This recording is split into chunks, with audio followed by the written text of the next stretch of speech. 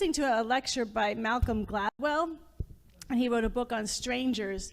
And he went into this long story about these spies, and he's talking about the mountain climber who was like the best spy in the CIA. Russia actually created classes based on him and say, this is what you want spies to look like. And then he became head of the Havana, Cuba office, and he created this whole team. And he said, oh, you did really well. And they raised up, promoted him even higher. But then he got in contact with someone who wanted to move, man, words are not coming to me today. Leave Cuba, someone who worked in the Cuban government with Fidel Castro wanted to, you know the word, to leave and become part of America. You know, when you defect, that's the word. Thank you. It takes all of us. It's the we. Thank you. Wanted to defect, and he would only talk to the mountain climber, who was the CIA agent, and the mountain climber met with him. And it turns out that all the people that he thought were working for the U.S. government turned out to be double agents and were working for Russia. And so his whole idea, you know, it was devastating to him, but it was just in this one case. But Malcolm Gladwell's point was that often we think of people who are deceived are, you know, someone who's old and someone tells them they're a queen from Africa and send me $6 billion or something. But he's saying this is someone who's trained. This is what he does. And he was deceived 48 times by 48 different people. He said, we are actually not built to be able to discern who's lying to us. He said, if I had a group of people come up here and some were lying and some weren't, he said, you would probably be just over 50% of guessing who was lying and who isn't. He said, there's some people who are obviously lying, but most people can lie pretty well, and it's really, really hard, even for people who are trained, to know who's lying. And he said, what's interesting is that you would think as we've evolved that we would actually develop our skill, like it would be an important skill to learn in our evolutionary, for safety, to discover who's lying. And then he started quoting someone who I don't know who he was quoting, but who was saying that in fact, what we have developed this as and live for is trust. That in fact, what makes human society work and effective is to be able to trust other people. And he said most of the time it's right. Unfortunately, there are the people who are intentionally try to deceive us, and those are often the stories we tell, the spy stories or the stories of the people who do the portraying, but they're actually a small percentage. That most businesses, anything you want to build, you have to trust other people. Oh, we're gonna create this together, and I'm gonna trust you to do this, and I'm gonna trust your word. That we have built a level of trust on people, and they said it's actually a good thing. And yes, there'll be times where we'll be hurt and deceived, but trusting one another is one of the key components of what makes society work. And I thought of all of that as Jack was playing We Are Everyday People. That though we have all these differences on the external, this great gift that we have to trust one another is our greatest superpower. To the extent that we are able to trust, that is a superpower, and it's a superpower to embrace the beauty of being in this wonderful, beautiful connection of we. So the topic title today is You and I Are We. I have to be honest, when I saw that, I've been doing this for a while, I could get a little, sarcastic in my head. Because I'm thinking, you and I are we, it's like, see Dick, see Jane, Dick and Jane run. I mean, it just seems so simplistic, you and I are we. Yeah, I think we learned that when we were little, that if there's more than one person, there's two, and that's a we, and that's our title for today. And I'm like, where am I going with this? Because it seems fairly obvious that we are a we. So let's just begin with the obvious. What may be obvious to us, but if you're new, might be not obvious, that in fact there is only one power and one presence. There is only one life. So that there may be many names for this one power. Some people call it God, Allah, Brahma, Jehovah, the ground of all being, Great Spirit, universe, energy. Whatever that name is, it doesn't change the thing itself. the path, whatever your path is to this one thing, it doesn't change this one thing that is behind, that is the source of all creation, all phenomena existence. Anything that you can see, taste, touch, hear, or smell, anything that you could even see vibrationally, it is behind even that. It is the source of all life, and it is what unifies all of us. So we are all interconnected in this oneness, as we heard so beautifully in our prayer, that there is only one, and so we are all part of this incredible web of life and interconnected, and so we are all family. In essence, all 7, almost 8 billion people on this planet, we are all connected, so we are all already family. We are all this incredible we. And when we really grasp that, what we realize with these 7 billion people is that we are connected deeply to all people, not because of anything we say, do, or think, or make happen. It already is there. That's a lot. That's an abundance of connection. I said in my weekly email, we live in just thinking of just a mile radius here. We have a shopping center over there, all the cars are there, same parts over here, all these houses over here. Just going a mile out of apartments over here, and churches and schools, and more apartments and houses in that direction. There's hundreds of people just within a mile radius. There's so many opportunities for connection. The question is why don't we connect more? And a lot of it has to do with how we see things. I have a friend who was going through a divorce, and he was moving, and he was devastated by the divorce.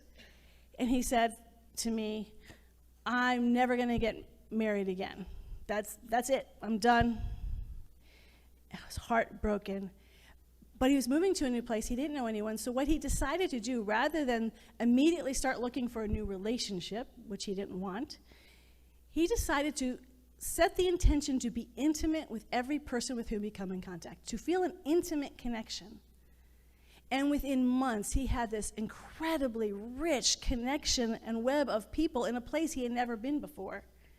Simply by not limiting it to one person. When we said, it was often when we say relationship, the first place we go is the romantic relationship, that singular relationship, and everything has to be about that singular relationship. But in fact, we are connected with 7 to almost 8 billion people on the planet. There are infinite possibilities for extraordinary intimacy when we open our hearts and our mind to see with the eyes of the divine that is within us. So one of the ways that we tend to differentiate who we're going to feel connected with is we have these 2 words, and I didn't even think about it. I was listening to a podcast this week, and they were getting into a conversation about the differences between acquaintances and friends. And one of the people was saying, I'm only interested in deep soul friends, or I'm not interested in anything else. And the other person said, I feel like I'm friends with everybody. It gets us to this idea of strangers. Acquaintances are people that we don't know very well. So they were once a stranger, and now we might say hello to them. You might know the cashier at the grocery store who you see all the time, or someone at the gym that you see all the time. You don't really know them, but you're acquaintances. But what's interesting is in the Bible, actually in the Celtic tradition, they say the stranger, we heard from Anam Cara, in the Celtic tradition, the stranger is a gift of illumination. That is the great spirit's gift of illumination to us is the stranger. And in the Bible, the stranger, you're taught to be very kind to strangers. Welcome the strangers in. Because Abraham, when he started following God, and God said, okay, I'll take care of you, but you have to follow me. And the first thing you need to do is leave your home and go out into a world in which you are the stranger. See, often we think of strangers as the other person, but what you hear in the Old Testament is you were strangers. God saying this to the Jewish people. You were the strangers and had to be welcomed into other lands. You need to be as welcoming to other people when they come into your world. Strangers are something to be welcomed and open to because they are God's gift. There is always this place of otherness. In Isaiah, Elijah, when he goes to heal somebody, he actually feeds a widow. She has no food, and he feeds her. She is not an Israelite. She does not speak Hebrew. But that is the person that he heals. When he heals a leper, again, not an Israelite, it's someone who's outside of the Israel, also doesn't speak Hebrew. There's this constant view that you see, and then Jesus talks about that. When he chooses to go back to his home church, when he first starts his ministry, he's talking about Elijah helping the leper and the widow who are not Israelites. And we know that Jesus talks about the Samaritans and love your enemy, and the Quran talks about being strangers. There's this constant push to accept other because we are the other. Love your enemies. Strangers are not considered less than. They are not a place where you just say, well, that's just a stranger or acquaintance, so it doesn't have much meaning. When we start, again, going back to our foundation that there's only one power and one presence, every single human being has meaning. We don't have this category of this person's important because they're my deepest soul friend, and we'll talk about that in a minute, and this person is less important because they're just an acquaintance who I just see every now and then. That person is the life of God right where you are. One person I was listening to was saying the greatest thing about a stranger is they have no past history with you. So when you meet them, they aren't looking at you with the eyes of all these past history and experience. They're looking at you brand new for your essence. That in many ways, they're connecting with your truest essence because they don't have all this baggage to see you through. They're just seeing who you are showing up in your life in that moment. So I was one of those people who was born timid, introverted. They joked in my neighborhood that all you had to do was say my name and I'd start crying. I was very afraid of people. Then my dad got a job. I grew up in Cleveland, Ohio, and then my dad got a job in D.C. And we knew we were only going for 2 years. I knew I was only going to be seeing these people for 2 years, and then I'm back in the safety of my home. So I made the decision, like, they don't know me. I'm going to be really friendly. I got nothing to lose. And we moved. It was the summer before my 8th grade year, and we're at a flea market, and there's this young girl there, and I just start talking to her. It's so unlike me. I'm just talking away to her. Turns out she's new to the neighborhood, too. She's going to be starting at the same school, and she's in my same grade. The entire 2 years, I built up this so fast, and so many people saw me so differently. No one had a whole history of, oh, you're so shy. I didn't have to hear that, oh, if you say Harriet's name, she starts to cry. None of that existed. I had a whole new opportunity. I moved into a world of strangers and felt more seen for who I really am because I was willing to show it, and I was willing to let go of my story. I was willing to let go of this old identity. And I started creating it. Not that I'm not introverted, and there's some times where I'm shy, but I'm also social and extroverted, and I like being with people. I don't have to limit myself anymore based on old stories. That's a gift that strangers can give us. They see us with fresh eyes. So when you go out into the world today or tomorrow, allow yourself to be brand new. Allow yourself not to just limit yourself to, well, this is my horoscope, or this is my Myers-Briggs, whatever. Those are part of habit patterns. And last week we were talking about our human personality habit patterns. But you are a soul. You are a soul that is multidimensional and cannot ever be limited by any one thing. And you get to be that soul. You get to be that one thing, that beauty, that love, that joy, the harmony, the truth. You get to be that in every single interaction and feel a deep and profound connection with people that you barely know. There was a woman there's apartments right on the street, and they're primarily Latino and speak Spanish. So there's a language barrier, and I had met one of the women. I hadn't realized I'd met her, and I didn't think about it, but then there's a new church that comes and meets here, and they're a charismatic Latin group, and they're very loud, and it feels like other had moved into the space, and I was feeling a little like they're like, you can hear them, and now I have other in my space. And so I felt a little bit, I don't know how to say that in words, but that's how I felt. And I walked out one day, and one of the women were coming by, and it's this woman I met, and she came running up to me, hi, and she's reminding me how we know each other, and she doesn't speak a lot of English, so we're having this communication. My whole feeling, I'm like, oh, they're not other. These are my neighbors. These are the people that I live with. And I had to heal that sense of separation, that sense of otherness. Jean Houston, who among her many things, wrote The Wizard of Us, and we have a class starting on Monday with Kathy Sharmer on The Wizard of Us. Jean Houston does a lot of this work, and one of the things she uses is the crossing the bridge of otherness. And in that moment, I crossed the bridge of otherness. And then one day we were in just last board meeting, I was walking home, and on the way home I was walking and I found a wallet, and it had a young kid's, he went to Granada High School, but no address, and it had a couple $100 bills in there. I'm like, well, he's gonna want this back. And I'm looking around, it wasn't connected to anywhere, so I just walked up randomly to an apartment. I said, do you know this? And it was this really big guy, and he's like, yeah, I don't know him. Very nice person, but I don't know him. Better just take it to the high school. So that's what I'll do. So I kept walking. Another guy walks out of his apartment, and I said, do you know this person? And he goes, that's my son. I'm like, no way. That's so cool. Can I meet him? And I met him, gave him his wallet. He was very happy to get his wallet back. So that was like this joyful, again, we're always connected. And then another day, just I think it was last Sunday or recently, I'm walking home, and this woman, this same woman, the third time now, she comes running up to me. She goes, that was my son whose wallet you returned. Thank you, thank you, thank you. We have this. I don't know. She did tell me, but I don't remember. But I think it's Anna, but I don't want to, when I don't say names, it's because I'm not sure and I don't want to say the wrong name. But there's a soul connection. In our neighborhood, people that we've never met, we don't have to, but you know. And there's just this joy. Every time I see her, it's like my heart just like, yay, sunshine.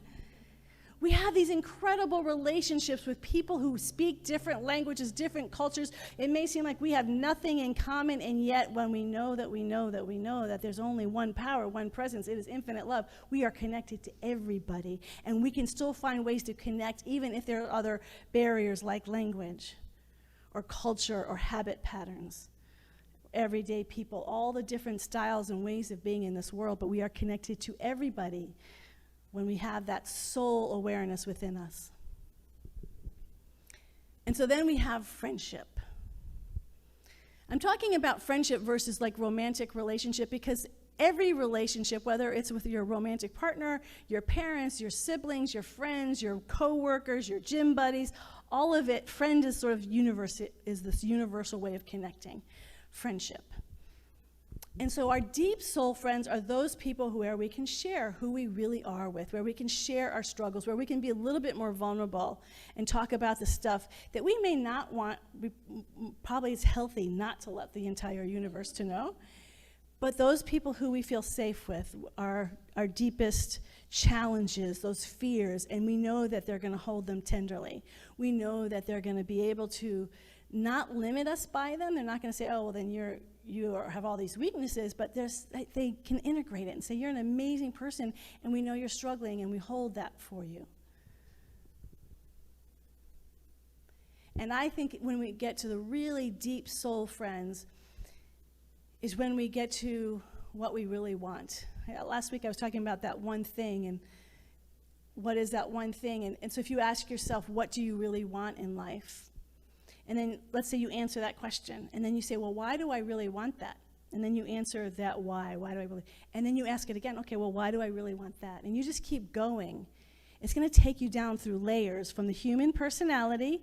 I want to run a 5K. I want to learn how to cook a gourmet meal, whatever it is. I want a job promotion. We'll take those things and keep going. Why? You're going to get deeper and deeper into the depth of your soul, of what you really, really, really want. Your soul really wants. You've moved beyond human passion into the depth. That, I believe, is the place of greatest vulnerability. That is a place that you do not want to let anyone enter, because it is so sacred, it's such holy ground, except for that person or people who can really hold that treasure, that pearl of great price. What you really, really want in the depth of your soul, to hold that into preciousness and allow the people who are closest to you to hold that. These are the deep soul friends. The closer you get with your one thing, what that one thing is for you, you're going to find a lot of soul connection through that one thing, because there's other people for whom that is also the one thing. and you're going to feel this depth of resonance and soulfulness. And I believe it's these deep soul friends, which we heard in the Anam Cara, which our souls are longing for all of the time. And they are there. And it is possible. But we have to first hear our own self of what do I really want? What is my one thing? What is it that I really, really, not the 5K, not the whatever, but the depth of my soul, that pearl.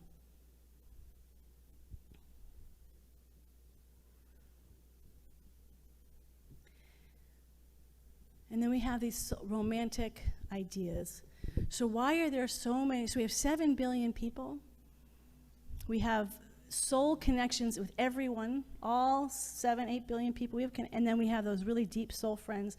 Why are we still so lonely?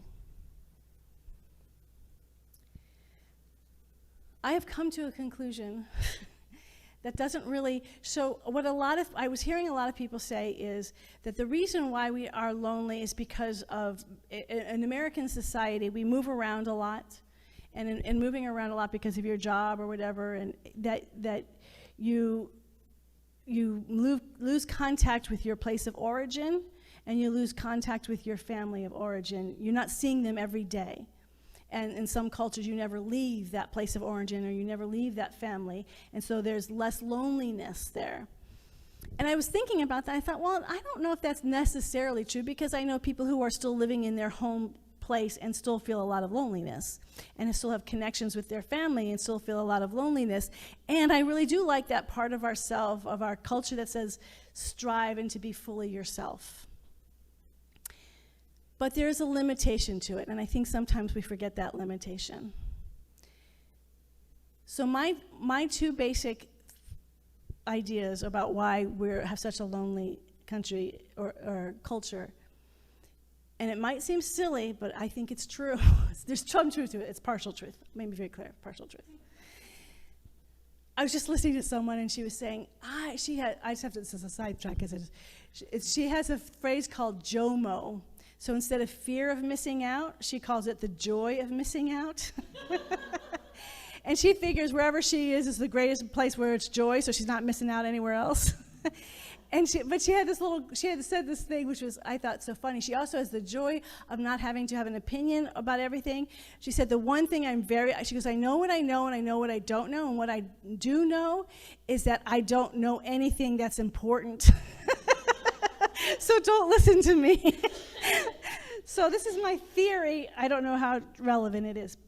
So we've heard before about the Cinderella tale, the perfect prince that's going to be that one person, and that we bring up little girls. But I actually think that's a whole cultural idea of that there's one special person, and I think men have it too. I don't think it's that men don't want to have that one special person, that soul connection, but a lot of times, traditionally, the masculine energy likes thrillers and action. They're not thinking about it a lot, but if they had their choice, they want to have that soul connection. They want to have all their adventures, but with that one special person. So we have this idea of one special person. And so Jane Austen. I mean, it's been going throughout history. So that's to me, Jane Austen is like Cinderella, but for adults. Everything is about finding that one special person. And then in today's romantic comedies, that's what tells us about what intimacy is, what depth of a real deep soul calling is. You're going to have all these crazy things happen, and then finally you're going to find that one person, and they're going to fill all your needs. That one person is that person where you're going to feel this deep soul friendship, that Anam Cara, that deep soul friend. And now you've found Eureka, you found enlightenment, and you are home forever, and you'll never feel lonely again. And that isn't really what happens. And I think that very desire is actually what keeps us lonely, because we dismiss all these other amazing, extraordinary encounters, like my friend who set the intention to feel intimate with everybody with whom he come in contact, to meet all these soul connections, to have soul friendships that are as deeply fulfilling as any romantic relationship. Maybe it's different, they're always different, but that deep, someone who really knows and sees you. We can dismiss all of that because, well, that's all great, but I need this one thing, and we just get so limited, and so we have so many people who are lonely because, I would say by far by far, for me personally, I haven't asked all my colleagues, it is the number one conversation that I have with people for the last 22 years is about relationships. People are hungering and thirsting. Even those people who are married, they're not having the soul-fulfilling relationship that they thought they were going to have. The people who are longing to have it. It is like we are starving for that soul relationship, and we are looking for that one person who's finally going to heal it, who's finally going to give us that thing where we finally feel like we are home and blessed. But people come and go, and some people do get it. It's even as you look up relationships, there's so many 5 steps to find your perfect mate. One of the more remarkable conversations I had,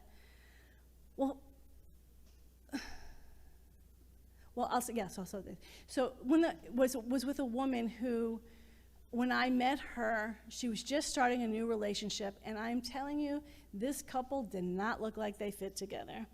They're just physically very different, racially different, age-wise very different, temperamentally very different. One's very extroverted, one's very soft and feminine, and it was just, they did not seem like they fit at all together. And I was talking with her, she's beginning this relationship, and she said she had come to the conclusion she had been married before to a movie star whom she felt a deep connection with.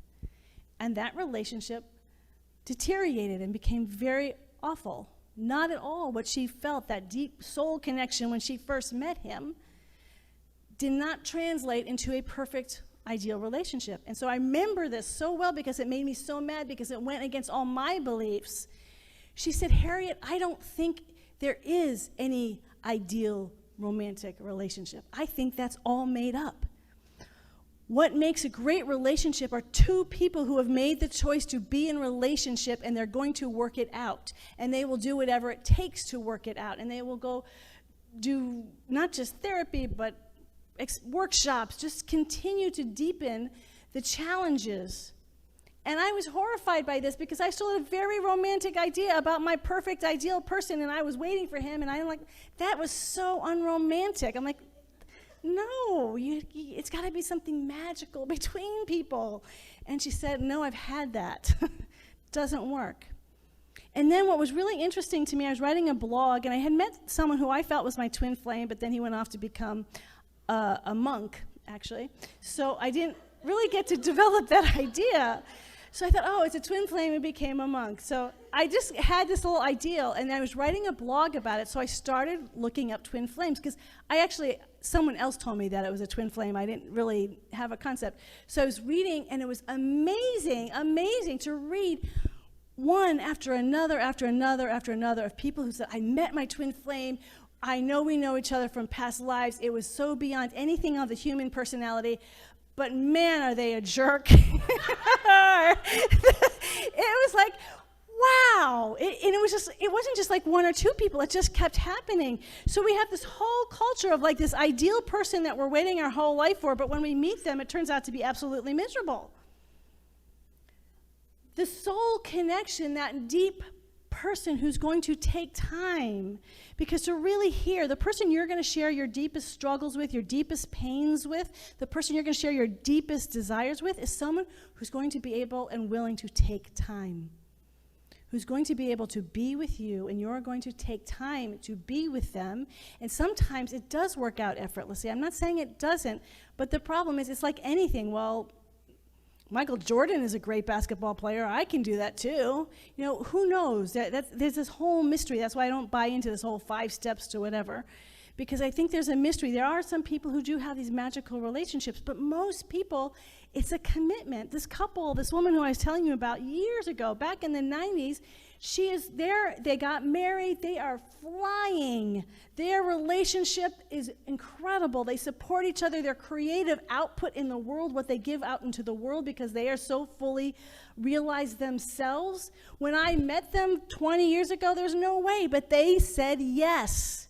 They fully committed, and that which seemed so strange to me at the time seems like, duh, of course they would be together. But that was a choice. It is our choice. We are deeply connected to other people. We may have soul connections with people from past lives, etc., but it's what we choose to be in the moment. Remember, the stranger is a gift of illumination. They see us without all the baggage. They see us who we are in the moment, who you are today. So a soul connection may have past history. It may be an opportunity to heal a lot of things, but you get to choose who you want to share your time with. And that's going to be hopefully someone who's willing to share their time and attention with you. One of the things this woman who said, her name is Samantha Irby, she's a comedian writer, and she said her JOMO, the joy of, what was it, the joy of missing out. She said she also misses out having to have an opinion about everything. She said, I don't have to have an opinion about everything. I just can listen. And so our soul friend is going to be someone who listens to us. And lastly, I think one of the other reasons why we are so lonely is because we have gotten very focused on ourselves. I believe in following our dreams. I believe in healing ourselves and doing all this healing work. But there is such an isolation. It's about healing me. I'm doing my healing work. We can do self-care, but we can do so much self-care where it's all about the self. One of you may know some of the criticism of the new spiritual progressive movement is that it tends to be a little bit self-involved. Like, where are other people involved? How much do we promote service, generosity of heart to other people? Because just to go hear the pendulum swing was, if you come from a Christian background, if you're a good Christian, you go out and help everybody, but you lose yourself. So then we went the opposite end. Well, I'm always working on myself, but now we're not really focused on other people. We want to do both. That's the part of relationship we're working. Last week we worked on ourselves, but we also want to include other people. When I was in college, I went to therapy. I found things about myself I didn't like, and so I went to therapy, and it was always about me, and it was fabulous because I'm fascinating. Why don't people like therapy? It's all about you. I just don't get that. But, you can do the same thing when you're working with a practitioner or a coach. It's all about you. And then Jack and I, a couple years ago, decided to go see a couples therapist. And it was awesome. It was a whole different experience because it wasn't just about me. It was about we. And I found my heart got tenderer, softer. There's a flow. You can't just, it's not, there's something that you're in it with somebody. And I was thinking, oh, there's a reason why Jesus said, wherever two or more are gathered, there I am. There's something so sacred about the we. And if we're always focused on the I, what do I want? What are my dreams? What do I need to do it? Who's going to support me? If we get really into the I and developing the I, we lose the we. And we have we in community. We have the we with our 7 billion people. We have we with our neighbors. And everywhere we go, we have the we. And even as you're working with your soul friend, my two friends, my friend who got married, and she said it's just work. They went and worked together as a team, individually, but also as a team. We are softer when we are with each other. We reflect each other's souls to each other. We can see the beauty in someone else, and we sometimes are surprised that they see the beauty in us as well. We are so hard on ourselves, and when we are with someone else, we start to discover that we are really absolutely seen, not only for our weaknesses and our stuff, but also for our beauty and for our magnificence. And like I said, sometimes that's the place where we are the most vulnerable, where we feel the most protected, is how beautiful we are, how magnificent we are. That is the beauty of being in a we. Let's pray.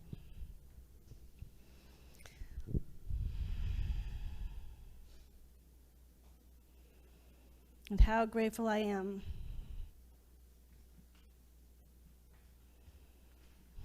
to feel the we of this moment. That even as we know that we are sourced by the one power and the one presence, we just feel that power and that presence in the center of our being right here and right now. It's not out there, it's right here within us. And as we connect with that inner being, that inner light that is in everybody, we see that light in each and every individual. And today, in this time in prayer, We consciously hold in our heart every person who's in this community right now. The people that are here present in the Lighthouse, those people who are online. We know that there might be people who are watching this later on. We consciously connect in our heart with the divine, with God itself, Brahma, Jehovah. We connect right in that one power, that one light, with all the beings that are right here now. They're inside of us. We are inside of each other. And as we feel this insideness, as we feel this we, as we feel this I am as the we, this two or more gathered consciousness, as we feel this in community, we know there is community everywhere. Everywhere we go is community. Everywhere we go is this we. Everywhere we go is this deep and profound soul connection with people who may look different and seem different, but that soul connection is there. We have 7 billion soul friends. We have 7 billion Anam Kara, those people that we can connect with each and every day in the depth of our being when we choose to see and to feel the divine presence in that moment without any past precedent. We see the fullness and the wholeness of divine light, of divine love, of divine joy, of divine peace, of divine grace, of divine harmony, of divine abundance, of divine bliss in each and every individual with whom we come in contact. We see the magnificence of their soul. We hold each and every person in the tenderness of our heart. We hold them safely in our hearts, even as we know we are held safely in others' hearts. We give thanks for the abundance of love, the abundance of intimacy, the abundance of compassion and connection that is always, always, always being given to us in each and every moment. For the infinite good that is healing all of us right here and right now. Any place where we are feeling isolation and loneliness, we don't beat ourselves up. Of course, there's times where we feel isolated and loneliness, but we just at least hold to that possibility that there is a soul connection right here and right now in our neighbor to our right or to our left. There's a soul connection that we could have never expected that's just waiting to reveal itself. We open our hearts in expectation to feel and to know soul connections beyond anything we've ever before imagined. Those soul connections are being given to us, and we are saying yes. We meet the stranger with an eye of illumination, with a gift of illumination, even as they meet us. We give thanks for our friends. We give thanks for those soul friends already in our lives who hold our heart and our soul in the tenderness of their heart and soul, for this infinite good of connection, of love, of relationship.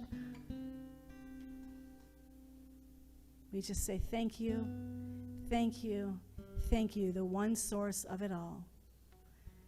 We give thanks to the one source of all of us. To God be the glory. In deep abiding gratitude, we let this word be now as we say together, and so it is.